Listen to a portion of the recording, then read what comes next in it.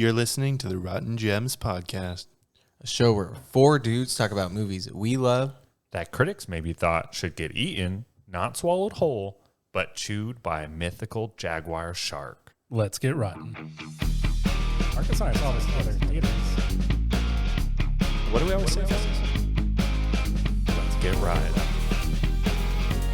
I think I'll read the Rotten Gems.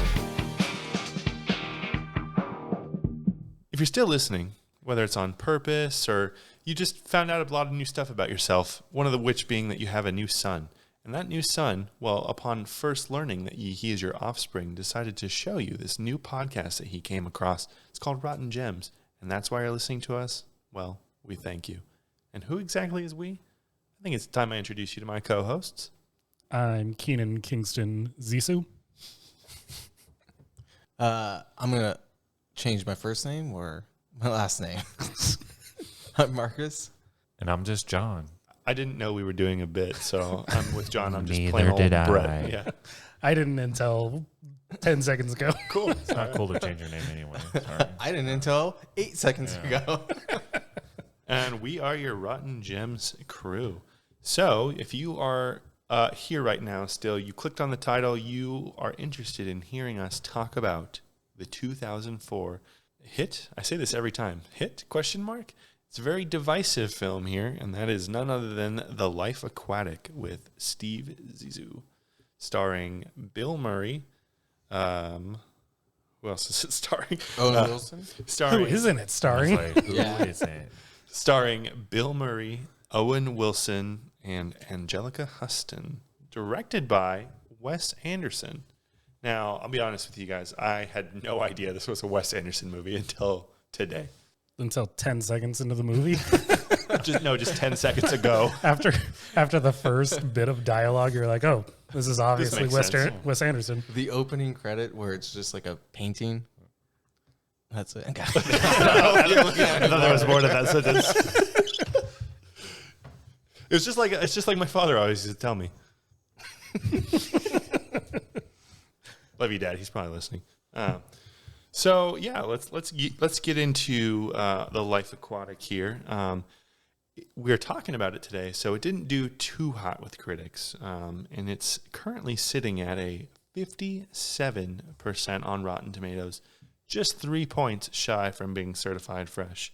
It does seem that critics are on one side of the spectrum here because fans have it sitting at an 82%. And it has a 7.3 out of 10 on IMDb. Out of 193,000 reviews, that's 7.3 beached electric jellyfish, 7.3 research turtles, or 7.3 Team Zissou rings that might catch you on the lip out of 10. Actually, those are Vietnamese man of wars. Just letting you know. Vietnamese? Viet Cong? Viet Cong. Yeah. Those are man of war, though, okay? Get it right. That's true. Which I don't think any of us knew what that was. I definitely Googled Good it. thing to Google. There were definitely a few things I had to Google in this movie. We'll get into that. But for those who have not seen Life Aquatic, you're more than welcome to stick around, but just know that you are about to be spoiled on what is likely going to be the next hour and 20 minutes or so of us talking about a 2004 movie. So consider this your spoiler warning. But if you haven't seen it, or if you just want a little refresher, synopsis of the movie, with a plan to exact revenge on a mythical shark that killed his partner, oceanographer Steve Zissou, Bill Murray, rallies a crew that includes his estranged wife, a journalist, and a man who may or may not be his son. So, right off the bat, let's address the elephant in this room, and that is the fact that 2 of the 4 of us had not seen this movie previously. We've been goaded into this by Marcus for how long now? Like over 2 years, probably. And John, just joined us permanently here. Loved the movie. So I guess it was John's presence that maybe won us over, right, Keenan? Yeah, I don't know why that just reminded me of Pineapple Express at the end where he's just like, and you're a new friend. Dale, you're a new friend. Yeah. I'm glad I was able to push the tides. If you get what I'm saying. Oceans. I get it. That's why we brought him on. My Quick junior wit over member of here. Team Quick Zissou. wit. Yeah. So, why'd you just mark that off a list? For everybody out there, there's no list. So this movie, like I said, was pretty divisive, but ultimately ended up not certified fresh. It is rotten. And so I think it's best that we jump into the discussion here with maybe beginning with a bad review. And that was from Eric Allen Hatch from the Orlando Weekly. Hatch says, Anderson needs to diversify his bag of tricks ASAP unless he wants to exhaust his audience's goodwill by cycling them to the same dreary spirals of ennui as he does his characters. So, keeping that review in mind, maybe we should jump into the movie and then after our discussion here, see if we agree or disagree with him. But before we start, what were your first impressions going into this movie?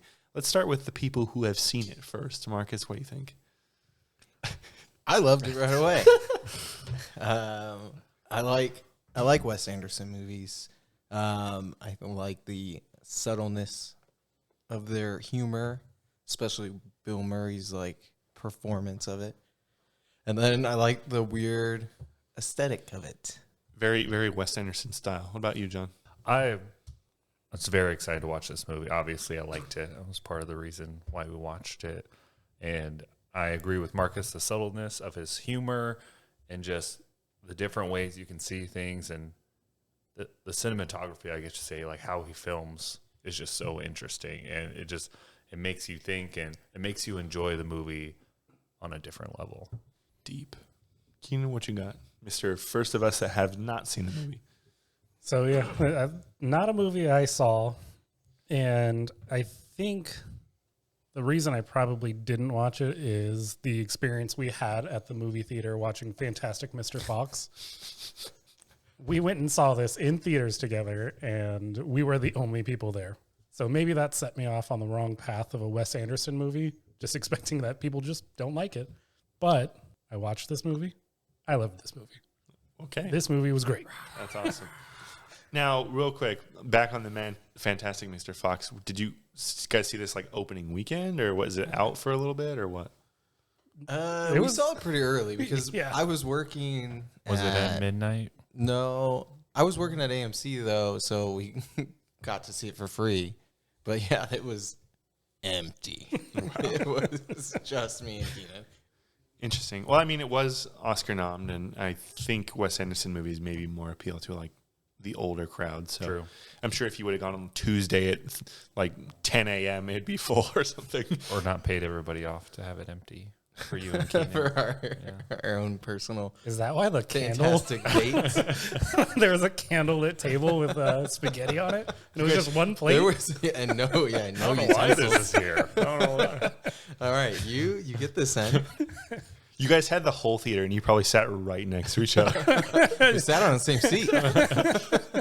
I actually think we just sat like one space apart, which is still like in retrospect, that's kind of weird. We could have definitely spaced it out, maybe laid down, cuddled. All the viewers are like, now all these movies together make sense. Okay, I think that's weirder, right? Like if you go to a theater with one friend, it's weirder to sit with a space in between you than just sit right next to each other, right? We were like 17-year-old boys, teenagers. Now we're men that act like 17-year-old boys. And you have facial hair now. That's the only difference. Fair. All right, I guess I'll round us out here. So yeah, I did not know what this movie was, or I guess I had an opinion of what the movie was, and it was instantly shattered, and it was not what I was expecting. Didn't know it was Wes Anderson. Didn't know half of this cast was in this movie, so it really didn't take me long of watching this to be intrigued. And after that opening sequence, I'm like, all right, I'm on board for this. We've given Marcus shit for this movie so long that that just kind of unconsciously became my belief that I didn't want to watch this movie. And I'm like, oh wait, this is I'm watching the movie today. I'm like, this isn't a bit. I could actually enjoy it. Damn it, Marcus is right. I think you've earned this. Thank you. I'd like to thank Wes Anderson, but also John, because without him, this would not have happened. Fair. All right, guys. Well, with that, let's jump into the Life Aquatic with Steve Zissou. So it begins with our opening scene, and we are in a theater in Italy watching the premiere of Steve Zissou's new documentary film. Was it? I don't know if it was like, I assume it was supposed to be a documentary. Yeah. At this point, we're kind of we're introduced to the crew by way of watching his film. And you've got some great crew members there. Did not know Willem Dafoe was in this movie at all. So the second I saw it, I'm like, oh my Best God. character in this entire movie. So great. I loved him so much. Yeah. I almost shouted his name when you were telling who was in the movie. I was like, William Dafoe. Yeah. So him, and then, it cuts to the rest of the crew. This is where we see Steve's partner, Esteban, dying, but it was kind of portrayed in a way where it's like, okay, did he actually die in the way that you said he died, or is there some foul play here? I don't know. At first, I thought this was like a Knives Out type thing. Like, oh, That was your first instinct when you saw that scene? again, I had no idea what kind of Wow. movie this was. So he came up and he's like very specifically detailing how Esteban died, but nobody saw any of it. He's like, yeah, he's down there. He got killed by the shark. And I was like, okay, so you could have possibly like underwater killed him and then blamed the shark. Again, I had no idea what this movie was. And I was like, okay, no, it's not like that at all. So That feeling continued throughout the movie. There was never a point during this movie where I knew what was going to happen next. right, and you think about movie tropes, and that's one thing I loved about this Wes Anderson style. Like Chekhov's gun, the trope, right? If there's a weapon introduced or something, it's gonna get used. And I feel like Wes Anderson just introduces so many things that have no meaning. Like in like a couple scenes, he's handed a little seahorse in a bag by like Klaus's nephew Werner, and I thought that was going to have some grand like play in the movie. It's just a cute little seahorse. Yeah. It was to show off that animation, that next level of the movie. Yeah, if you didn't know it was Wes Anderson at that exact moment, you know it is. Yeah, right. So cool. So yeah, he just sprinkles in a lot of like dialogue and a lot of visual effects that it's just like in itself has no reason to be there, but it doesn't take away from it. In fact, it amplifies it. So I really It's appreciate just to that. make you ask yourself if you took a couple tabs before you watch this movie. That's all it's there for. Makes sense Or how to many did he take? Also, I just want to bring up that as he's going through his crew members, I cracked up when he was just like, and this is our stripper. Yeah. I liked how he introduced Klaus. He called him calm, collective German. I was like, that's how I want to be described. Right. Except you're Yeah, that's not going to I'm happen. half German. Ooh. My whole white side is German. So then, this is where we kind of get a crew, like the feeling of the aesthetic of the crew. Everyone in the blue suit with the red beanie, which I was kind of curious what that was all about, and I looked it up. And the red woolen caps worn are references to Jacques Cousteau, famed underwater filmmaker and co-inventor of the modern aqualung. And I noticed at the very end, they I don't know if they made it like in honor of them or with collaboration of them. It said like made for the Cousteau Foundation or whatever, although they had no involvement in the film. And I also read that during the director's commentary, they mentioned them a lot, and every instance of that was bleeped out. So I don't know if the Cousteau Foundation or whatever watched the movie and wasn't we are fans not of it. about Yeah. this. So they're like, get us out of this. Yeah. So that was kind of interesting. But speaking of the shark, though, the instance of the partner getting killed by the shark, he comes up and his eyes are the crazy. it's got the crazy eyes. Yeah, he looks like a character in Dune or something there for a second. And so I didn't know what that was about, the hydrogen psychosis. So that comes up a little bit later. That's another thing. I'm like, oh, that's gonna have some big play in this movie, and it did a little bit, but we'll get there. But so at this point, we've seen the crew, we've seen the reception of the movie. We've met Owen Wilson's character. What do you guys think about this guy so far at this point? Southern gentleman. Cool as a cucumber. From Kentucky. I'm not like, I wouldn't say I don't like Owen Wilson. It's just like when I see Owen Wilson in my head and I hear that he's in a movie, I'm never like, oh, then now I want to watch it because Owen Wilson's in it. I don't know. No, I like Owen Wilson. I think he seems I like am- a cool dude. I am having a hard time thinking of a movie he's in where I'm just like, yep, that's. I watched it because of him. I don't think he has that big draw. Like you're like, Yeah. oh, he's funny. It's gonna be good, but it's not like, oh, it's gonna be amazing. Like Shanghai Nights. Shanghai Shanghai Noon. Oh yeah. Shanghai Newton. My favorite role of his of all time, I mean, and probably at the time, Lightning McQueen. Wedding Crasher. Zoolander. Zoolander. Oh, yeah. Hansel, yeah. I feel like he's done so many roles you just don't think of, and he's actually really good in them, Yeah. but just doesn't come front of mind. Yeah, I mean, I did not mind him in this movie. He was really good. I didn't expect to like him. So, so during this filming of this movie, though, what's interesting is, you know, they're in the water a lot and around. Bill Murray actually became a certified diver while prepping for this movie. He logged over 40 hours, and I think that's the requirement you need. So, Well, if he's recording the movie, what's this all for?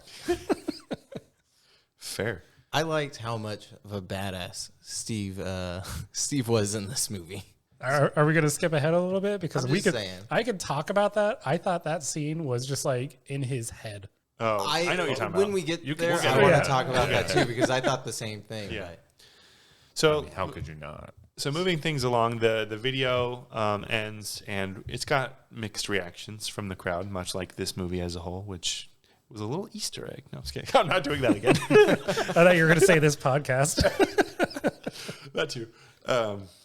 So at this point, like, you know, everyone's walking out of the movie. We meet some interesting characters. You know, some people, you know, offer congratulations. No, seriously, like, you shouldn't have to put it seriously. At one point, you know, Steve goes in for a kiss for somebody, and they're like, no, I didn't give you permission to touch me. Just kind of gives you the feel of how Steve is, like maybe a little narcissistic here. I said Kind of- hello. I didn't give you permission to touch me. Yeah. Which, that should be all it takes, right? We support women on this podcast. There was something on the side there, obviously, though, because he was like, this is my wife. And then she's like, you're going to do this to me? And then the lady left. Or, yeah, I don't really know what that was all about, but I'm glad they didn't really go into it further. Now, and then one thing that was interesting to me, and this is another thing we mentioned that we had to like look up. They're walking outside, and Steve is passing some of the fans that are like behind the guardrails, and one guy asked Steve why he's not sitting Shiva for his friend Esteban, and I was like, what does that even mean? it's a Jewish thing. Yeah, I looked it up, and When so they pass away. sitting Shiva is a Cute. term. Yeah, I looked it up. Sitting Shiva is a term used to describe the action of Jewish mourners participating in traditional rituals of observing a Shiva. During the period of Shiva, mourners sometimes sit on low stools or boxes while they receive condolence calls. So, yeah, I didn't know that was a thing, so I'm glad I paused and Googled that. And then that just pisses Steve off. Got some... Yeah, if you hear some bells running around, my cats are... It's fight music. It's a now for them. podcast mascot. Yeah. I think I learned about Shiva from The Sopranos. Maybe wrong. Though. I'm sure I definitely learned about it from some show Yeah, or another. it's like that, or That's where I learned Marvelous everything. Miss Maisel or something. I don't know. School? Nah. Nothing. Did you see though after the premiere? There's that guy that has him sign a bunch of those posters. That's great. Forge the rest of them It's yourself. just those little nuggets of like when it's like there's four. I was like, I could have sat at home. I And could have done it at another. home. He's like, get out of here. Yeah. That guy was in PJ pants, just in there. I don't know if you saw that when he walked away, just pajama pants. Just sign these things for me. Yeah, that's what I like about these movies. It's like there's just so much like awkwardness Yeah. or like real life like silence. Yeah. They don't hide it or like in like a TV show when It's not perfect. people are so quick Yeah. witted. It's real life. Get out of here. Exactly. I was waiting for it. Yeah, so here's where we also meet Jeff Goldblum's character for the first time, Mr. Alistair Hennessy, which legendary name, by the way. Like, if I had a kid ever, that's probably what I would name them, even though the naming convention doesn't work. I should just change it, actually. You think I should just change his name? Kingsley? I don't see why not. So at this point, we've met the crew, and now we move to the after party, which is on Steve's boat. And this scene intros with Pele singing Ziggy Stardust in Portuguese on his guitar, which amazing. Love that. Didn't expect that. My panties dropped immediately. Is that why you showed up here not wearing your pants? Yeah. That's why. The David Bowie soundtrack fit perfectly for this amazing. movie. Yeah, it was great. And we see some more crew here. So I saw an intern there that I recognized. Mr. Matthew Gray Goobler was Is an that the intern. guy from Criminal Minds? It is, yes. And my girlfriend is obsessed with him. So she every time anything is mentioned, she's like, she gasps. I don't know. So it's funny because he played intern number 1 in the movie. He was also co-writer and director of Wes Anderson's. He was Wes Anderson's intern in real life, and so he just brought him in to be his intern in the movie. So I thought that was kind of cool. I did not know that. And here is where on this boat, Ned reintroduces himself to Steve. Says, "Hey, might be your son." And Steve says, "All right, give me a second," and it just goes and smokes. Before that, though, Doesn't he just say nice? he goes to introduce himself, and Steve just does not break stride, and he's just like, "Okay, man." Oh, that's what he says. Yeah. Okay, man. It's that is how you have to introduce yourself to people. Okay, man. So at this point, I didn't know how I expected Steve to react to the news of potentially learning to have a son, but he reacted in a much better way, which I soon started to see as, Steve is such a narcissist that he wants a son that could just be another extension of himself. So that was my initial opinion of Steve in this exchange. Obviously, that changes throughout the movie, but I thought that was kind of interesting. But now at this point, Ned stays around, and we're given a tour of the boat that Steve has there. And they mentioned, by the way, that he bought the boat from the Navy for $900,000. And I got to say, guys, with the way the housing market is right now, doesn't seem like a bad gig there. Not Apple, especially. The Belafonte. That scene made me feel like we were in the wrong profession because the amount of money he has his own island. He has a helicopter. Yeah. He has a boat. He has a hot air balloon. The vault. Oh, boat with a sauna built by a Chinese astronaut. Yeah. So speaking of the sauna, I wrote down all of the names of all of the types of rooms in the ship. So we've got a sauna, a science lab, a kitchen, a research lab, a cutting room for filming, an observation room, a mini, and then you have the mini sub on the bridge. It's just everything you could possibly want. They're just missing a D&D room, and then which I'm sure they could easily make, and it's perfect. How did you guys feel about those shots as it was going through the ship? That was cool. Love that. And there's a scene later on I actually wrote down I love this, and it's filmed from the perspective of if you were to cut the ship in half. Beautiful. Yeah.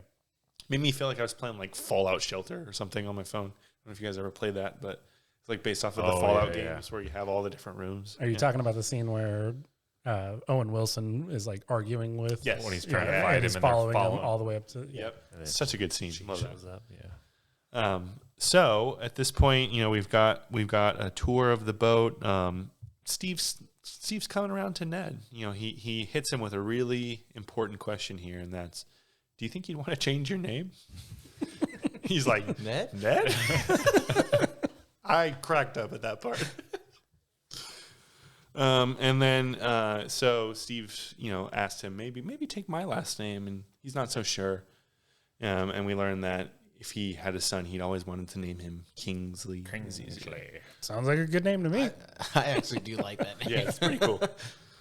No little twist. Ned, no, I just want you to take my last name. It's actually, yes. Have you ever thought about that, though? If you could change your name, would you? And if so, to what?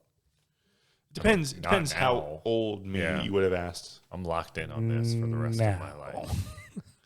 I don't really know. That's hard to imagine. Like, Being named something I don't else. like my name, but I've also just We had don't it. like your name either. Yeah, Yeah, we talk about it all the time. one syllable. Come on, what are you thinking? Yeah, I wouldn't, just because it's earlier in life, absolutely. But now, We made it this far, right? Yeah, I guess early in life, probably. Once 'Cause, you get Max I'm tired of Powers. hearing. Where's Kel? Yeah. And who likes orange soda? That's Kel. That's not me. yeah. He said it. Got him. Dang it! And just think, Keenan's in this day and age, don't even have to deal with that. Now it's a soundbite on our soundboard. God. And that was all from his parents. They were brutal. Come on, guys. I just got home from school. Say the line, Bart. All right, so getting us back on track. So Ned and Steve now take a little trip to the island on the old whirlybird there, right? And, they get to the island and we're again met with Pele singing another Portuguese Bowie song. Loved it. Beautiful. Love that man. And then we meet Eleanor on the island, Steve's estranged wife. And I gotta say, this intro dialogue exchange was another thing. I'm just like, why? Why would you? It's that juicy awkwardness. Yeah, it's Everybody loves. Eleanor basically informs Steve that his cat died, and Steve's like, "How?" She's like, "Oh, a rattlesnake bit it in the throat." It's like, what a weird line of dialogue to have in this movie, but it's so weird that it works. I don't That's know. how Morticia delivers it. I guess, right? And it seals in what you were just saying about Steve, how he reacts to it in the moment compared to after. You're like, okay, I Yeah. get this guy now. Yeah. I get him. Oh, and it's fun. So again, this is where we're still kind of seeing the pre-change side of Steve. And one thing I forgot to say is when right before they get to the island, when he asks Ned if he wants to go to the island, they're like at a restaurant, and Bill Murray orders wine. And the guy comes up and starts pouring the wine in Ned's glass. He's like, "What are you doing?" "I ordered the wine." He doesn't know anything about wine. Which is like kind of just an asshole thing, but the way it was delivered. I mean, Bill Murray. This role was literally written for Bill Murray. Like, I'm sorry. Yeah, there's He no gets me. question. yeah. Because, I mean, everything he does, it's like, it's so funny, but it also makes you care about what Steve's going through. I felt so sad for him throughout this whole movie. Like, you were talking about Hook all last week or last episode about how he just needed therapy. He's like, Steve is the one that really Steve needs some therapy in this one. I mean, I also don't blame him. It seems like he spends most of his life in an environment where everyone just looks up to him all the time. So, Like he's definitely a user too. Like, yeah. not like drugs. Like he uses people. I mean, those eyes were crazy Yeah, for those one were- reason or another. Yeah. I mean, he also Crazy does use eyes. drugs. Yeah. He smokes weed through the entire movie. So at this point, they're on the island and they wake up in the middle of the night because there's some jellyfish epidemic that swept the beach here. And this is where Steve officially asks Ned to join the crew. Team Zissou. And, Ned's kind of reluctant at first, but gladly joins. And my opinion of Ned at this point is just like, oh, he wants a dad. Like, he's never had a dad. He just wants to do anything to please his dad, even though you still don't know if this is the dad or not.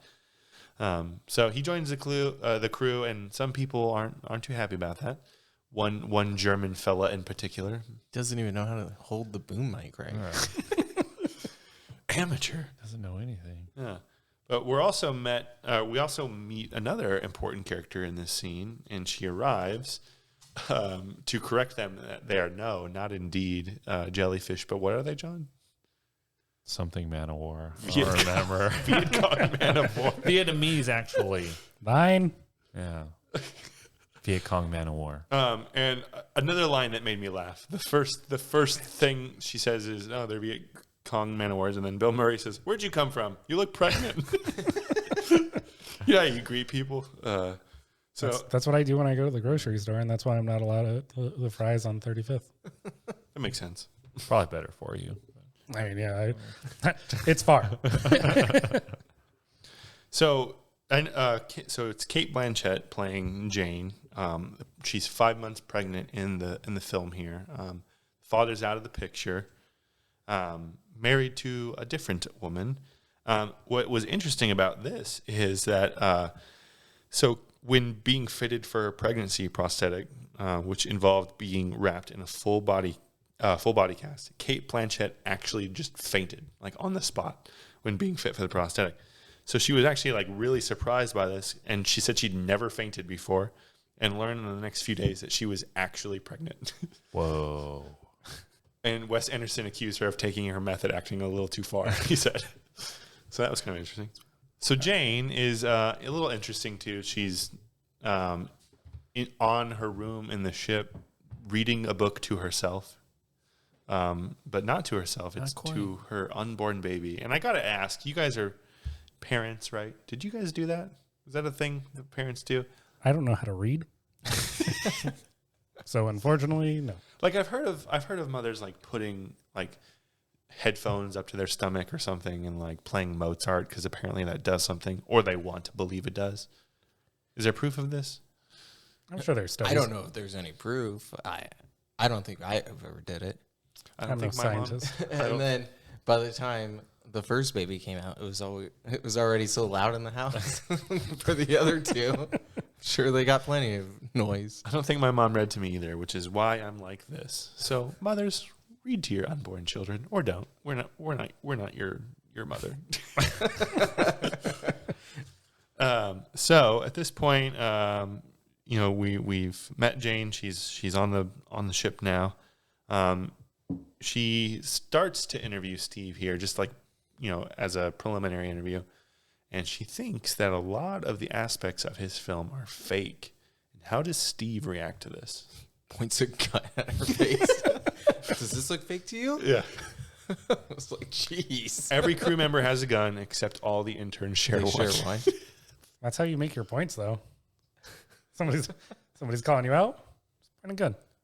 And then she starts crying, obviously. But she not cries rather actually easily. about that. Like that was like she wasn't crying over the gun. I think she was just crying that he like called her out on it. I was actually surprised at how well she handled having the gun pointed at her. It's not her first rodeo. Steve's a wild card. So at this point, at the same time, there's another conversation being had, and that is by Klaus and Ned. And Klaus has some doubts about Ned.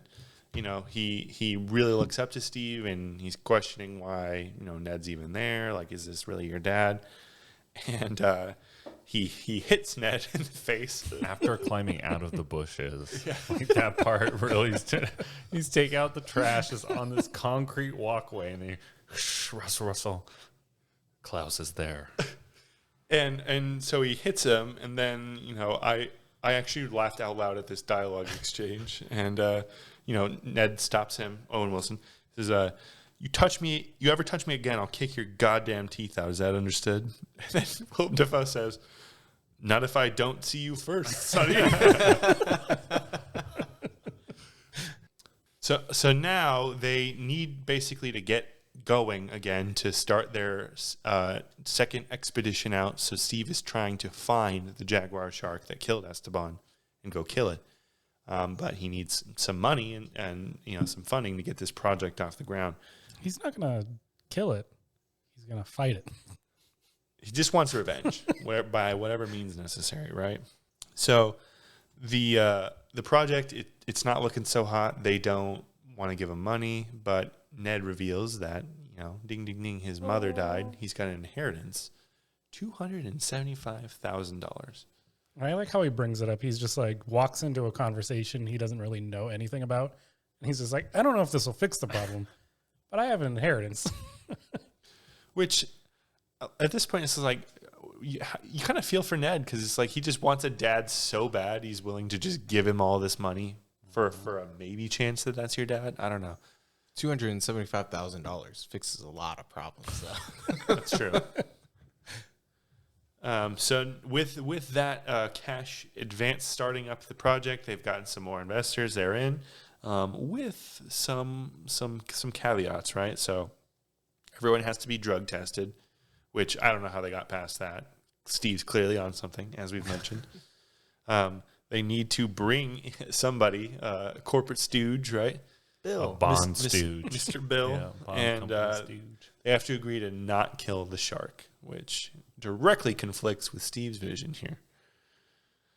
So at this point, we still don't know if the shark is real or if it's imagined or if it was a story. I'll be honest, I didn't think the shark was real. I thought it was just him trying to. I don't think I ever doubted when I was watching it the first time. I mean, I don't exactly remember the very first time I watched this movie, but I don't think watching it I ever doubted that he was lying.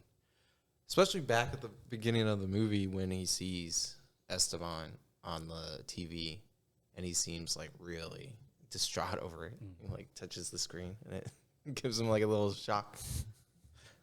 Yeah, it's again, not knowing, like, going into this, that it was a Wes Anderson movie and just that he does all this stuff and like plant seeds that don't ultimately go anywhere. I'm just thinking of how I would watch any other movie. Like, you guys ever do that? Like, try to predict the ending before you ever finish what you're watching? I do that all the time, and whether or not you're trying to, I'm right? always wrong. I'll say 7 out of 10. I'm right. The other 3, I was mostly right. I just missed a tiny detail. Yeah. So I'm glad that you really can't do that with this movie. I mean, maybe you've seen it a million times, but as an adult, I just watched the movie. I could go back and not know what's going on at all. fair. So after they get the green light to continue on, they cut to a little training montage here of the crew. They're doing all their various exercises on the ship. I love this training montage. I could just watch another 20 minutes of that, to be honest. With the soundtrack over it. That was great. So what's funny about that training montage, Matthew Gray Gubler, intern 1, he actually sprained his ankle while filming a scene in the exercising there. And the take where he falls made it into the final cut. So they actually liked it and they kept it. I noticed too that the interns, they do the little, the way they were stretching their legs or whatever was exactly the same way that Steve does when he first puts on his Adidas sponsored shoes. Which I wish we could get. I know. Those were awesome. dope. They were legit. Can we get sponsored and get Rotten Gems Adidas? Just gemstone. I think you mean audios. The Bedazzling Company sponsors us. So he actually sprained his ankle, and so Gubler always wears a mismatched socks, and that one day he wore socks that matched, so he attributes it to that. So he never wears matched socks ever again. What an idiot. Yeah, so they're getting ready to disembark here, and Eleanor, she has some doubts. She wants to leave. She wasn't a fan of Steve taking all that money from Ned, and she leaves right when the sugar crabs are out. Which, another thing, I'm just like, why? What was the point of this? They were mating. That's mating? Rips off the arm, walks away with it. See, it's funny because you see little animation stuff like this, and then knowing that he later went to make like Fantastic Mr. Fox and Isle of Dogs, you're like, okay, you've always wanted to do this. So at this point, the boat is on the water, and we see Pele again singing more David Bowie songs. So at this point, I'm like, okay, is this a thing? Is this all this guy does? And I'm like, I actually looked it up. So Seu George himself, he is a Portuguese, like a Brazilian musician, and that's his whole thing. And he translated all of the Bowie songs himself into Portuguese and sang them, and just beautiful. I'm gonna listen to that while I work tomorrow. So Steve and Ned seem to be getting along a little well here. Steve's trying to get close to Jane the reporter. He has a thing for her. He's denied a second kiss in the movie. Yeah, after he called dibs by saying, "Not this one, Klaus. Not this one." But he said it to Klaus. Yeah, Klaus. Very- You actually, So But you you heard heard it. that was amazing. What did you guys think of? I know we kind of passed it a little bit now that the boat's off, but or maybe I'm mistaken here. Ned going scuba diving in their pool for the first time. and then Instantly almost drowning. He drowns. He's literally That was the dead. greatest cut. I was just like, what? That then, scene like- stuck out to me a little bit more Yeah. that he literally died. Eleanor like asked, like, did his heart stop? Yeah. For a little bit. Yeah, but we brought it back pretty quickly. Yeah. Yeah. It was just, and then she references is like, you should not go. One of you has already died. Foreshadowing. That was really deep. So Why are we all crying? this crew, if they're in order to find this shark, they need some equipment. So they have to go and pick up some equipment from a friend. Just from a friend. just from a guy, Borrowed, you know. yeah. Scientific. It's the scientific community, man. So they arrive at Alistair Hennessy's sea lab, and it's locked because he wasn't expecting them, of course. And so they just break into a sea lab in the middle of the ocean, and alarms going off, of course. But would you lock the door if it was in the middle of this? I mean, I guess if there's pirates, Yeah. and stuff, Case in point. That's why you should have. it didn't really stop them, is what I'm saying. They wired it. They fucking wired it. So they get to the facility and they start, taking some of his equipment. And one thing I didn't like about this movie, and it kind of changed at this point. Up until now, every time we've seen Anne Marie, she's just doing whatever with her shirt off. And it's just like, there were a couple scenes I'm like, does this woman exist in this movie just to be a pair of boobs? She's a stripper. That's her job. That's So you're saying the one thing you didn't like about this movie is that they finally put a shirt on her. No, I I'm agree. saying that the character existed to be a pair of boobs on the screen up until this point, because now she actually is like, oh, hey, I don't think, there's a problem with your map. We're going to be going into unprotected waters. And he's like, no, it's 4 inches, 1.5 inches. Your way is longer, even though it's safer. And So you're saying that if she was topless, Steve would have listened. So this, he probably would have, to be from honest. this point of the That's a movie, hot take you're right blaming it there. on her. No, I'm all just her fault. my opinion is that she never Hot takes from Brad. she never should have been topless at all. That's just Never? Wow. Don't get me wrong. I I'm think not she's allowed to shower. I'm not Let her looking- be comfortable. I'm not looking at gift horse in the mouth here or anything. I mean, she did go from a stripper to like a cartographer, like really quick. She's multi-classing. Navigator. Yeah. But hot take. Sports guy, hot take. Sports guy. So they make off with the equipment and they head the dangerous route, which is back into unprotected waters. Before they get there, Steve gives Jane a necklace he made out of some mint dental floss and a sand dollar. And then shortly after, Steve goes to Jane's room. He just wanted to flirt with her a little bit. But By breaking down the door. so Ned has an idea to, hey, what are those little dots on the radar? That's a phantom signal that's being picked up, and they should go investigate it. And Steve's like, great idea. So now he gets roped into going to investigate this phantom signal. And they were having a little heart to heart. Steve Z and Ned here, right? So Ned wanted to call him Dad. As you do to your dad. But they settled on Steve Z. And I know he never actually officially gave him the nickname Nedo, but I noticed he started calling him that like shortly after this, right? I mean, to be fair, at this point, we're to believe he doesn't know he's his Yeah, dad. it's not locked in at this point. There's been no paternal test. Nor will there ever be.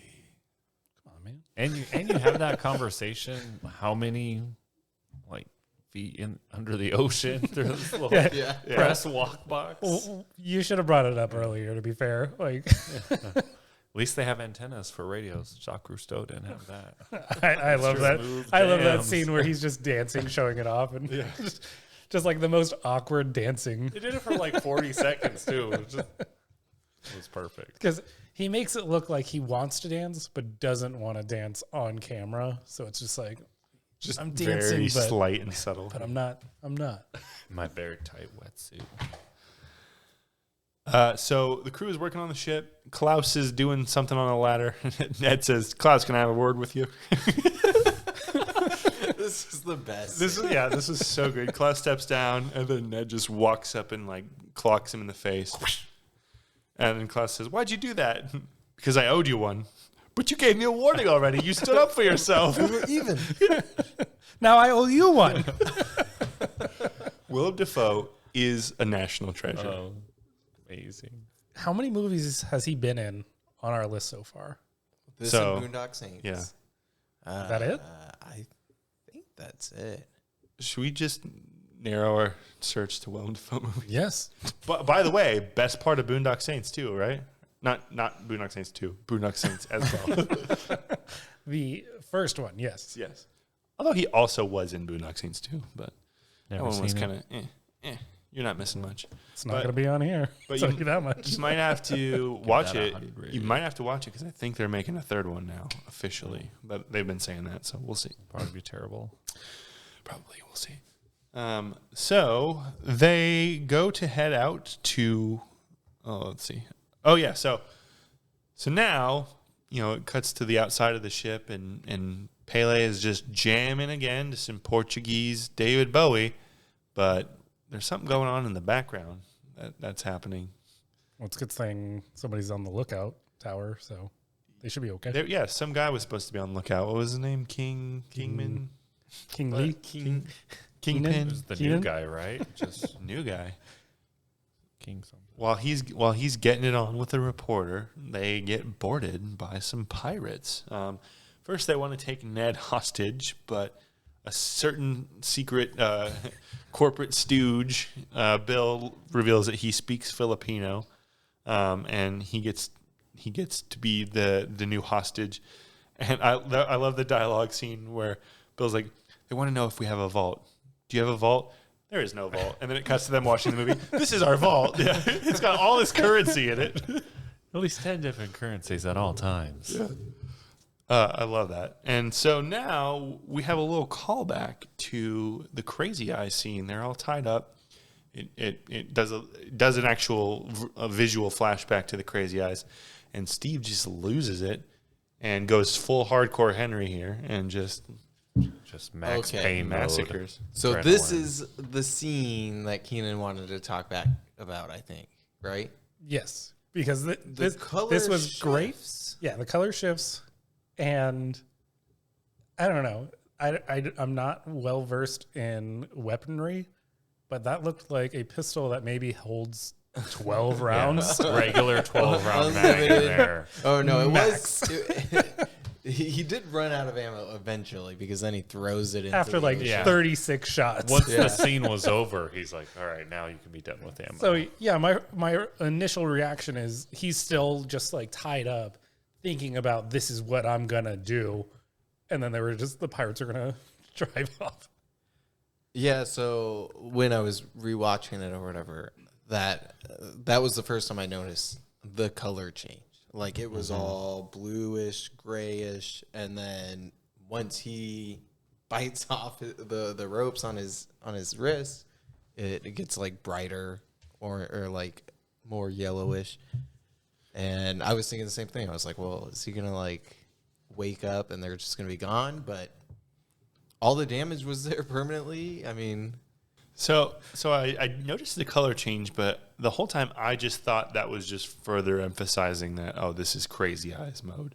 And so at this point, I actually paused the movie because I'm like, what is Crazy Eye? Like, I thought that was just a thing they made up for the movie. oh, I thought it was too. It's Not if actually, you've seen the Abyss.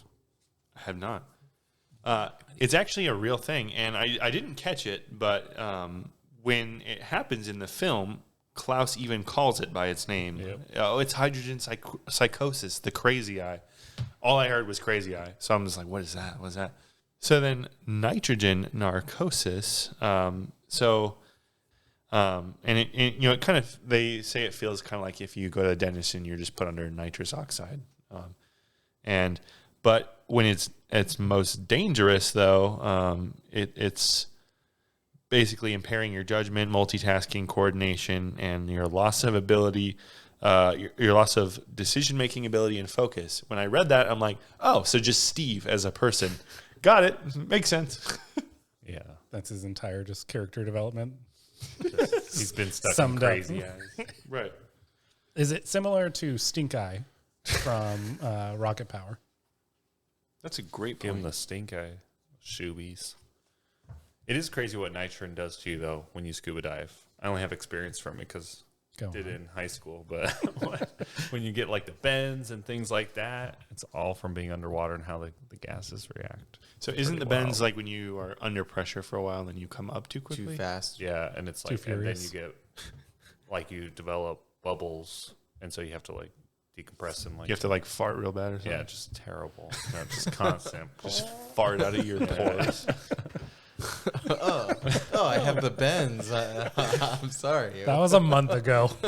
Maybe that's what he was doing during his whole Max Payne bullet time, like just farting the whole time. It's releasing the tactic of covering your farts in the most extreme way. With bullet shots? Which I love that scene for multiple different reasons. The end with the last intern, and he shoots the guy, and you're like, oh, he's saved. Yeah. Right. Chops Matthew Gray Goobler right in the shoulder. It was so funny. There was so many good parts of that fight scene. If you watch it, like, there's so many good little Easter eggs. Yeah, it's a Easter egg. Very chaotic scene, but ultimately ends with the pirates being driven off. Taking Bill, but leaving another crew member, Cody. They left their dog. Fucking amateurs. Fucking dog. So at this point, the mutiny is about happening. Anne-Marie leading the charge of the people against Steve, which for a second, Klaus was the only one who opposed him, but he just misunderstood the assignment. Wait, what are we doing? When he was just like describing it, I was just like, this is extremely confusing. So he wants the people who don't want to be with him Closer to him? Yeah. So a lot of the crew leaves. The interns leave. They're not going to get flunked, so that's just incomplete. But they also have to put out a distress call because the pirates stole all of their resources and all their fuel. So who do they call? The man who they just stole from, Mr. Hennessy himself. And so, like, at this point, we don't really know much about Jeff Goldblum's character, and it just comes off as like a really like Douchebag. Exactly. So he's basically like, yeah, sign this agreeing to pay for my services, or I'm going to leave you stranded out here. and then we want him to die. Yeah. Because what he does next. Yes. Why? I was just like, put a bullet in him. The best way to make now. somebody hate a character and care about another one. Make them hit a dog. Exactly. A three-legged one at that. And how he does it. For no What's his reason. name? Yeah. Cody? Let me roll with this newspaper. Yeah. At least that happened off screen. We didn't have to see it. We know he didn't actually hit him, but still, like you said, one way to make you hate a person. I expected Steve to go into another just crazy fit of rage. Steve, the same guy that asked, what kind of cat was it? Who fucking cares? Right. So Alistair tows them back to his to Port-au-Potois, right, where we are met back up with Eleanor again. She tells Jane a secret little bit of history about Steve here. Steve shoots blanks, guys. But again, is that reliable? Yeah. Oh, why? Because she's a woman? And the timing. Hot take, Marcus. The timing of it, Nice too. try. We already know where you're just lies. As you watch it more, you're like, okay, she says, I think as a scientist, I think it's because he's been underwater his whole life, right? And you're like, well, how long ago was it that he met Ned's mom? Like, Yeah, I mean, Ned's 30, right? 30s. Yeah. I mean, they made it seem like, obviously we don't know all the Steve Zissou lore, but like he had a fan club. Like I just kind of thought he was maybe like the Steve Irwin of just underwater life. But even, is it like he's been underwater for 20 years? Is that enough? Like, that's one thing that passed through my head this time. I was like, still could be, though. Yeah, I think they still make it so that he could be or he could not be. Yeah, you know? they never actually say, which is fine. Like I didn't Or need maybe they the do. closure Wait on till that. the end. I waited, but No, I'm talking to them, not you. oh. Yes. I waited like after credits to see if there was something. Marvel has ruined every movie for me. Please stop. Please keep listening till the end. So now we have some more Ned and Steve lore, and Ned says that Steve knew about him his whole life, and Steve admits it. Whereas earlier in the film, you know, Steve made it know, oh, I knew about you 5 years ago, blah, blah, blah, maybe. I don't know. But it just kind of makes Ned a little upset because he never wanted to come find him and whatnot. So this is that scene that we were talking about where they're fighting on the ship, and he's just going room by room. And it's in that typical Wes Anderson amazing. style where it's like you're looking down a hallway, like frontward facing. Wes Anderson does that shot in like so many scenes, just no characters from the side, just everyone's facing forward, even if they're walking sideways. I don't know. It was a very interesting shot, and that huge ship, like how much money would that have had to cost to film that? Wild. So Eleanor is back now. She rejoins the gang with some extra cash to get them going, and a phone call that she heard from Bill. They were able to pinpoint it, blah, blah, blah, so they know where the crew is now that has Bill. So they set off on a rescue mission to rescue the Bond Company stooge. They land, and they're doing a little covert. And I got to say, they're a diving team. They make movies. They do covert ops. Is there anything this Steve Zissou crew can't do? They lived a lot longer than the Hennessy crew, too. Yeah, so the Hennessy crew, like their ship sank, and Alistair got kidnapped. I also thought that was fake when they were showing like the ship sunk. I was just like, oh, they just cut that to make him look like incompetent. Yeah. Nope.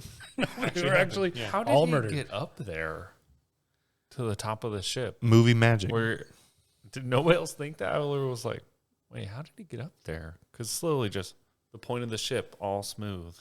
I don't know how he did it. Science never explained that. They arrive on the island. They're making their way through the jungle in two squads. Squad A, led by Captain Steve Zissou. Squad B, led by our boy Klaus.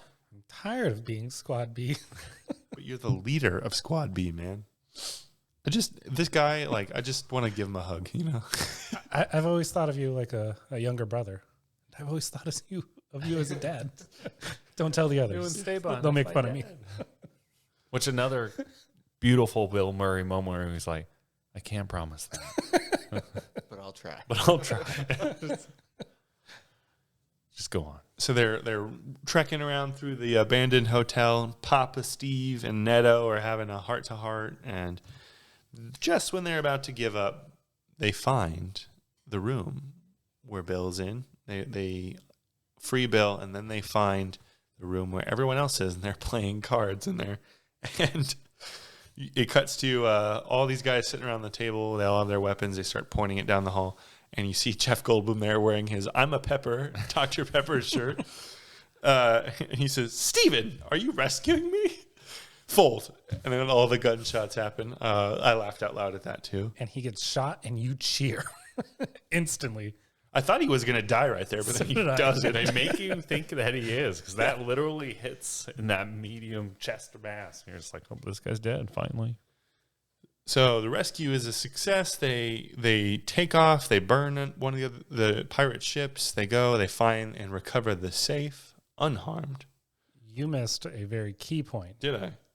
Pele gets shot, and my heart sank. I I was just forgot like, about that. no. Yeah. And then from this point on, I took 0 notes because I was too invested in this movie. Too worried about Pele. My heart was in this movie from this point on. I have nothing. Pele is our best boy. Him and Klaus. I would just watch a movie with the two of them. I mean, he wore his like scuba mask thing as like a wizard's hat the whole excursion where they were like special ops. He's awesome. Yeah. So they make it off of the island, but they couldn't bring Cody along. So surprise, Cody's back with his owners or the rest of them that are alive. Maybe. Steve took a moment to be upset and then Like, quickly moved on. back to the cat. So Ned is now designing a new Team Zissou flag, and we don't see it at this point, but there's mention of him dedicating a spot of the flag to Klaus, and Klaus just loves it. He loves that he put him with a dolphin. He doesn't just like it. Do you understand? I understand. I cannot stress how much I love Willem Dafoe's character in this movie. So good. So at this point, everything's going great, right? So why don't we take that helicopter out and try to find that Jaguar Shark that we're out here to find and kill, right? Well, hold on. There's a scene in that when Bill Murray kind of loses motivation to do anything, and Ned In the resort or in the in the ship, oh, okay. and Ned is trying to like pump him up, and he does like the hand thing which they did earlier, where they put their hands together and then they go, "Ho!" If you look in the back, Klaus is in the back watching them, and when Ned puts his hand in, and Bill Murray finally does too, you see Klaus in the back put his hand up, and then when they raise it up to say "ho," he does too. It's like something so I totally subtle missed that. I totally that missed I that. have never seen before, and I just saw it and I started cracking up. All right, as soon as we're done, I'm going to watch that again. Classic funny. Klaus. So they take the helicopter up. It hasn't been serviced in a while. And Can we go back to something else because I don't want to talk about this part? Yeah. Oh, I think you No. you still want to talk about it? I just don't want to talk about it. Nobody likes a foreshadowing helicopter. We'll okay? skip forward a little bit. Helicopter crashes. I do have to mention. I do have to mention this though, because this was another scene that I'm like, wow, I really liked how they shot this. So, helicopter starts going down, starts blinking red. I love that, and then they land in the water, and the camera person is filming it from the vantage point of when the waves come, it's underwater. Yeah, it's like bobbling. It's on bobbling, or right? Water, half And under, half it goes over. underwater a few times, and then after it goes underwater about the third time, every single time it bobs underwater, it's just nothing but red water. And I'm like, oh my God, that was amazing. Yeah. Yeah, I noticed that, and then like when the helicopter is going down, and you see it from like the view of their feet or whatever in the water, it's just like coming closer. I thought that was pretty cool too. Great shots, yeah. Honestly, I forgot that Ned died. This was devastating to me. I was like, what? I was like, good You for blocked you. it And I was out. like, actually, that's terrible because I was ready for it. You blocked it out. I think I did. It's like, oh, this is horrible. It's just they slow play it too. You're like, okay, they're like, oh, he's bleeding a little on his face. Takes off his helmet, and you're like, all right, he's okay. And He's then gonna be okay. the camera once again, which I love that too. Like even the screen flashed red too when they crash, but then you start seeing blood, and then he pulls him out, and you see it on his pants too, and you're just like, oh yeah, he's not gonna make it. So then the funeral for Ned happens, and the crew sends some nice words and tosses him off the side with his coffin wrapped in the flag. And as it fell and we saw the flag reveal and you see the dolphin with a K, I was just like, oh, that's adorable. And the octopus with an N. What else is it? Oh, yeah. So then, it just cuts back to Jeff Goldblum's down in the ship. He's like, is that my espresso machine? How did that get here? And then Bill, with a new sense of confidence, we fucking stole it, man. I love Bill. He is great. I didn't at first, but he came around for sure. Also a human being. Yeah, I was gonna say even at the beginning, I liked his like reaction. It was and then, amazing, like yeah. Steve was like, "I'm sorry, bring it Let's in." go. Also, so at this point, Bill Murray comes down, Steve, and he's talking to Jeff Goldblum. And then Jeff Goldblum mentions something about, it's because I'm part gay. We're all He's terrible like, husbands. What does that even But mean? I have an excuse. I'm part gay. We're gay. Aren't we all a little? I actually really liked that line. Are we all a little? Discredit him. Yeah, that was great. So now the scanner is up and working, and they can finally go see that sought-after Jaguar Shark. They all pile in the Deep Search mini sub. I also like that he had that tattooed on his arm, Jacqueline, and then he had it crossed out. Just like on the sub. Yeah. And they go and they find the Jaguar Shark, and it's not a myth. So what do you guys think about the Jaguar Shark? And I'm asking that from the sense of we've done this for a little bit now, fellas. We've seen some great CGI Goro. We've seen some bad CGI reptile. Where do we think this was in that scale? So obviously it's not the greatest looking, but I don't think it was supposed to. Right. Like I don't think they were trying to make it look like top of the line CGI. So I think that it fits well for the movie. It's the same as all the other creatures Yeah. in the movie, so I think it's 100% intentional. So Yeah, enjoy you see those fish as they're floating down, which that part is just so cool as they're going through the fish that expands its body. The thing that he's dragging behind, the rhinestone or whatever he called it, which gutsy move putting that on your ship, but that's Hennessy's turtle. yeah, like it's just. I thought it looked exactly like it should. Like if it would have looked better, I think it would have been weird. I agree. I mean, the only quips I have is obviously this was a 2004 movie, so we're dealing with 2004 CGI, and it's a little better. So it didn't look pristine, but I also don't think it needed to. It didn't really take away from the film. Well, and kind of like what John is saying, like if they would have tried to go like, top of the line 2004 CGI, going back and watching it, you'd be like, well, this looks terrible. And they were trying to make it look good. Fair. Those jaguar spots came through perfect.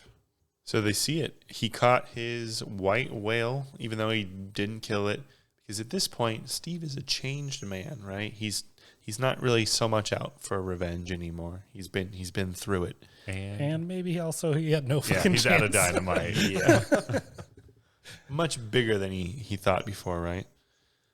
So we basically cut right from this to the showing of the final film that they have put together.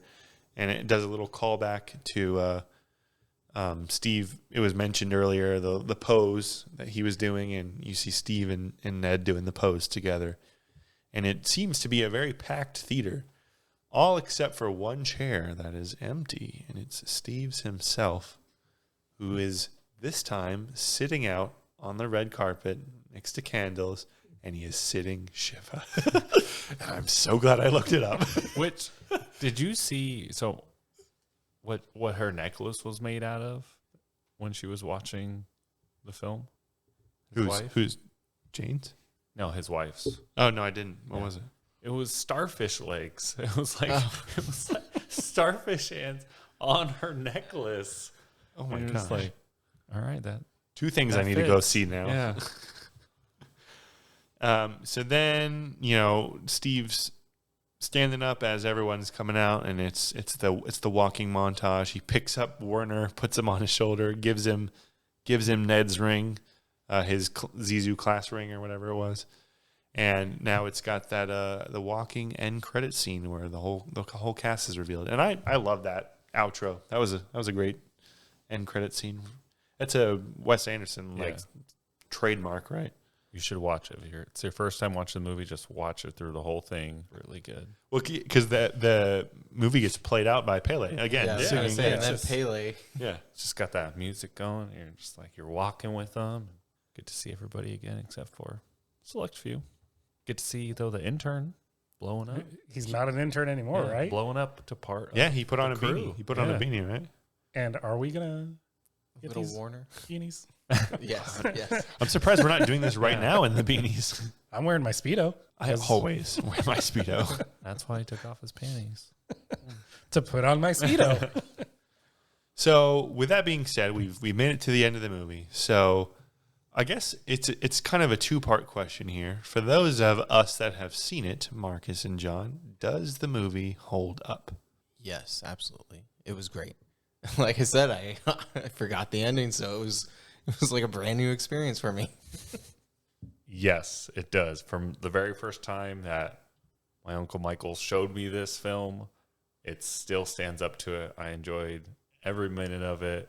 The music, the details of how it was made, stands up 100%.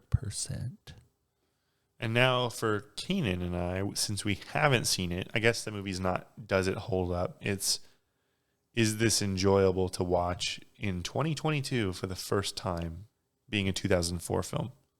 So being 100% honest, I wanted to fucking hate this movie so much just so I could rub it in Marcus's face. Same. I was hoping, and I probably didn't enjoy the first part of the movie as much as I should have, just because I was trying to hate it so much.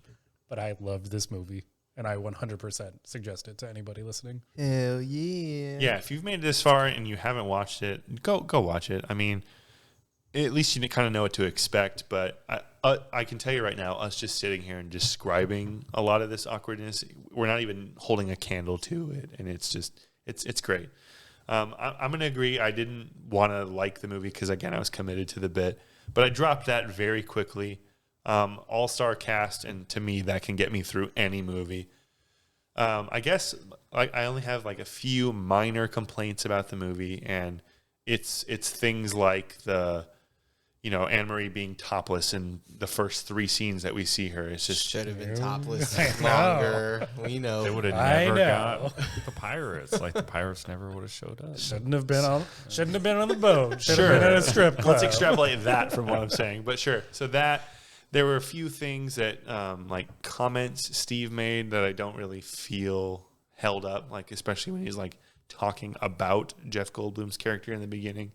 He may have said a few words that but just because words like that and bad things happen in the movie, I don't know if that necessarily is a fault of the movie, because I feel like he says these things as a way to be like, oh, Steve's kind of a piece of shit right now. And he was.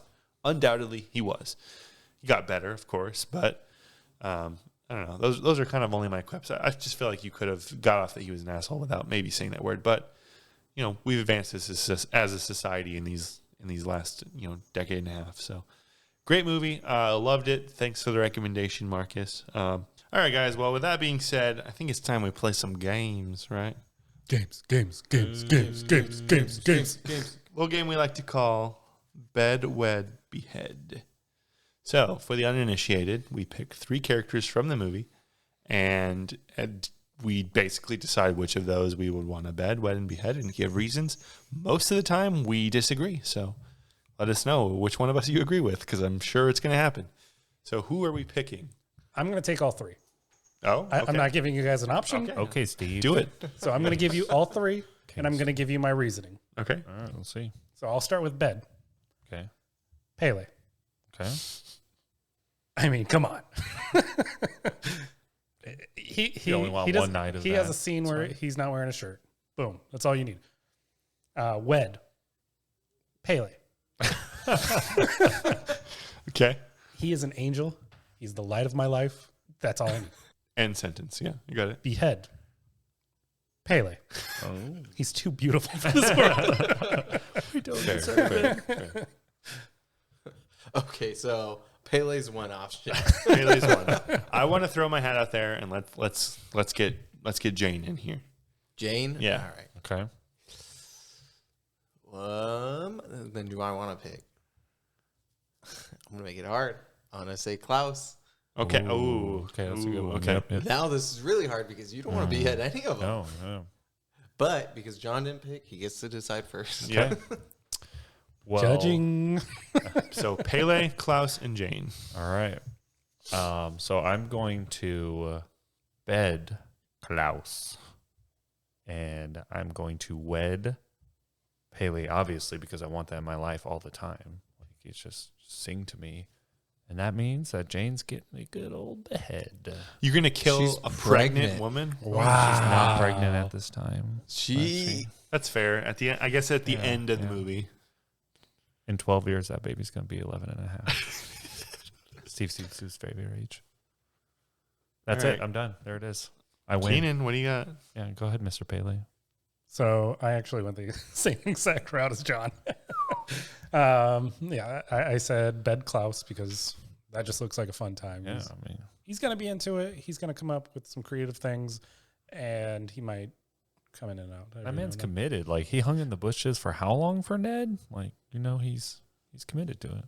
And I like to be slapped around. So, wed Pele, because if I get serenaded like that every day of my life, that's life well spent. And then I did say behead Jane, mainly just a last option. And she's been divorced once. Oof. Wait, has was she? No, she wasn't. No, she was She was just single. sleeping Oh. with a married man. That was her boss. Oh, wow. It was not. Did you miss that? But yeah, it's not her fault. She's just the least out of all three, at least my. All right, opinion. I'm gonna change it up a little bit. I'm absolutely going to wed Pele because at any given time I can be serenaded throughout the rest of my life. Love that. Portuguese, love that too. I'm gonna have to bet Jane. She seems fun. It'd be a nice night.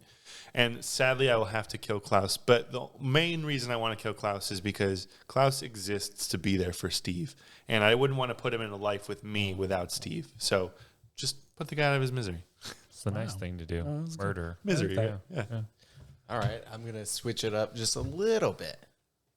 I'm going to wed Jane because, frankly, I've got a crush on Kate Blanchett. So it's hard. Thor Ragnarok? Are you kidding me? Gosh. It is hard not to wed her. And then, so I'm kind of on a toss-up between the other two.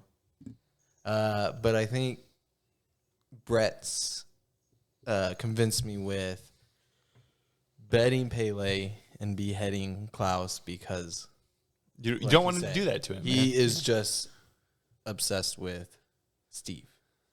So Well said. Well Okay. said. Well, we've done it, fellas. All right, and now it's time for a little game we like to call 7 Degrees of Who? It is where we will take a random, or not random, I guess we're going to pick a person from the movie, and we try to connect them to a randomly generated celebrity in 7 steps or less. So, John, since you did not pick in the last game, you have the honor of picking the person we will use from Life Aquatic. And after you pick, I will reveal the random celebrity. So, who are we leaving the movie with? We are leading the movie with Mr. Klaus himself, Willem Dafoe. Excellent choice. All right, so from Klaus, Willem Dafoe, and we're going to Antonio Banderas. So, take us away, John. So we'll go from William Dafoe into. We could do this in 3 fucking steps. I don't think I want to pick that movie though. William Dafoe is with Spider-Man: No Way Home. Let's see, with what is her name? With Marissa Tomei. No.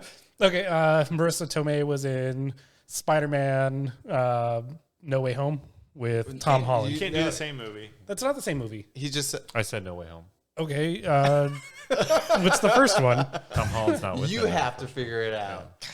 Yeah, Spider-Man Homecoming with Tom Holland. Okay, but technically we have a one Marvel movie rule. Fucker. Yeah, so that's a rule we have here because you can basically get in and out of the Marvel Cinematic Universe with ease. So we will limit ourselves to only one Marvel movie. Damn it. God damn it. Well, All right. tell us afterwards what you're thinking, obviously. But Marissa Tomei was in My Cousin Vinny with Joe Pesci. oh god, Joe. Oh, I'm sorry, Mr. We have one Marvel movie. Fine. Joe Pesci was in Home Alone with Catherine O'Hara. There you go. Okay. Catherine O'Hara was in Beetlejuice. I'll go with Winona Ryder. You could get to Keenan's favorite actor pretty easily with Winona Ryder. So I'm going to go with Winona Ryder was in Zoolander with Owen Wilson. Who was she in Zoolander? I think she played herself. Mm-hmm. I think she was just like one of the. She was one of the at a party. Oh, wow. I haven't seen that movie in so... I know we mentioned it earlier, but I haven't seen that movie in so long that I probably wouldn't have even known who that was when I watched it. All right. Owen Wilson was in Starsky and Hutch with Ben Stiller. You brought us back to a Life Aquatic actor. Say that again. What did you say? Starsky and Hutch with Ben Stiller. Okay. How do I want to go? Okay. Okay. Ben Stiller was in Night at the Museum 2 with Jonah Hill. Come on, it's so obvious. Is it? Jonah Hill was in that Netflix movie, Don't Look Up, with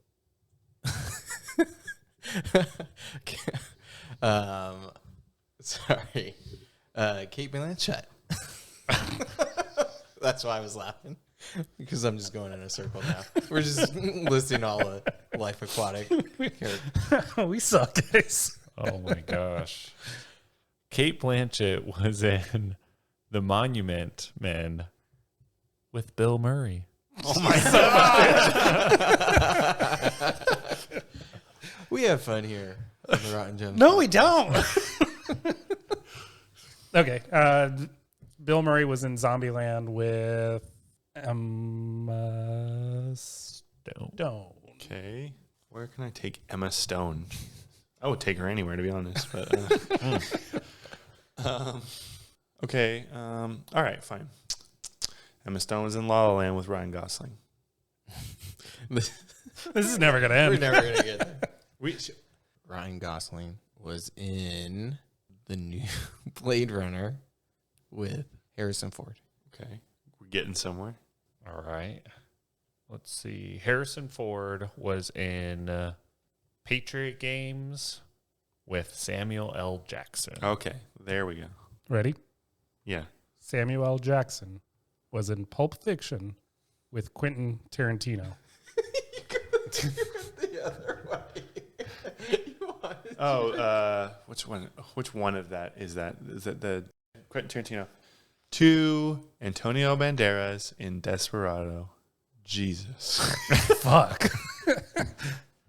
What was that? 47? He's still counting. Desperado. 15. Okay, 15. But from our most recent Life Aquatic character, which I believe was Bill Murray. How many?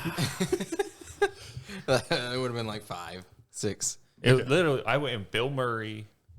Oh no, then it went around once, huh? So we passed through Kate Blanchett we went from Willem Dafoe to Owen Wilson to Kate Blanchett to Bill Murray. We could have went from Willem Dafoe to Tom Holland in Uncharted. All right. Jesus, finally. All right. All right, guys. Well, that is The Life Aquatic with Steve Zissou. And critics did not like this movie. Again, it got a 57% on Rotten Tomatoes. Yes, critics believe that somehow Michael Bay's Transformers is a better movie than this. And that's just bullshit. What do you guys say? Bullshit? Bullshit. Bullshit. Bullshit. Bullshit. Bullshit. Bullshit. It's the bullshit. Did want to leave you guys with a nugget of wisdom from Mr. Steve Zissou himself, Bill Murray. He said, obviously, people are going to think I'm a showboat and a little bit of a prick. But then I realized, that's me. I said those things. I did those things. So you owe it to yourself to be you. Live your life with no regrets. And that's just one of the themes in the movie. You know, another big, powerful theme I took away was that you can't kill sadness out of revenge. You just have to live with it.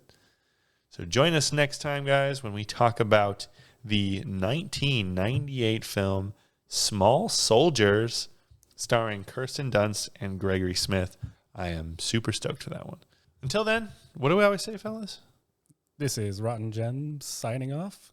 Go fuck yourself, San Diego. I think that one will get good.